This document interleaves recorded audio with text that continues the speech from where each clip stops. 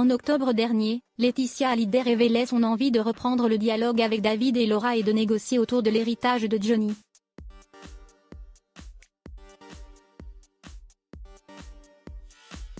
Alors que BFM TV estime que le chanteur devait 30 millions d'euros au fisc français, une question se pose, ces négociations seraient-elles motivées par la détresse de Laetitia face aux dettes?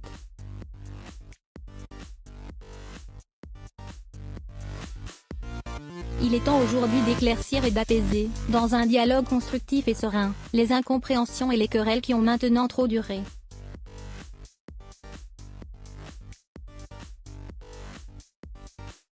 Je choisis la paix. C'est par ces mots que le 15 octobre dernier, Laetitia Hallyday révélait qu'elle voulait enterrer la hache de guerre avec Laura et David.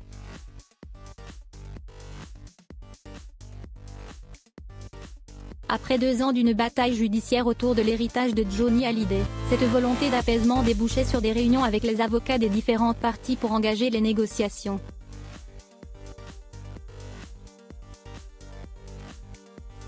Depuis ce jour, les entretiens s'enchaînent.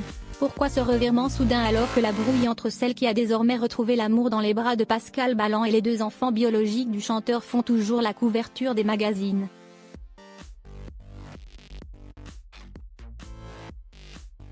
Et si la vraie raison des négociations avec Laura et David était que Laetitia Hallyday est acculée par les dettes de Johnny?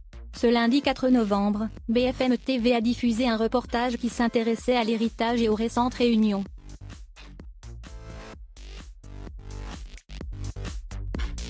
Laurent Isal, avocat fiscaliste, y a rappelé qu'en acceptant l'héritage, la personne accepte aussi la dette.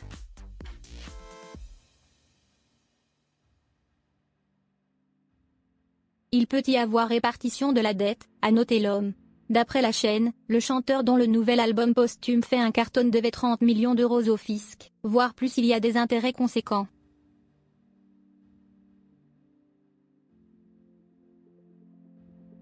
Ainsi, si la somme est divisée en 3, Jade et Joey sont mineurs et ne peuvent pas payer. Note de la rédaction, Laetitia Hallyday pourrait souffler et relativiser ce cauchemar qu'est la dette.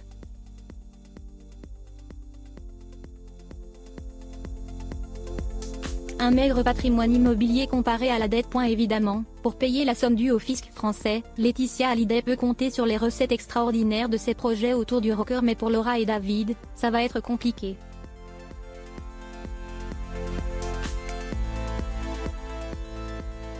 Si la justice française tranche une répartie de l'héritage, ils pourront demander à recevoir leur part en cash du patrimoine de Johnny estimé à 40 millions d'euros.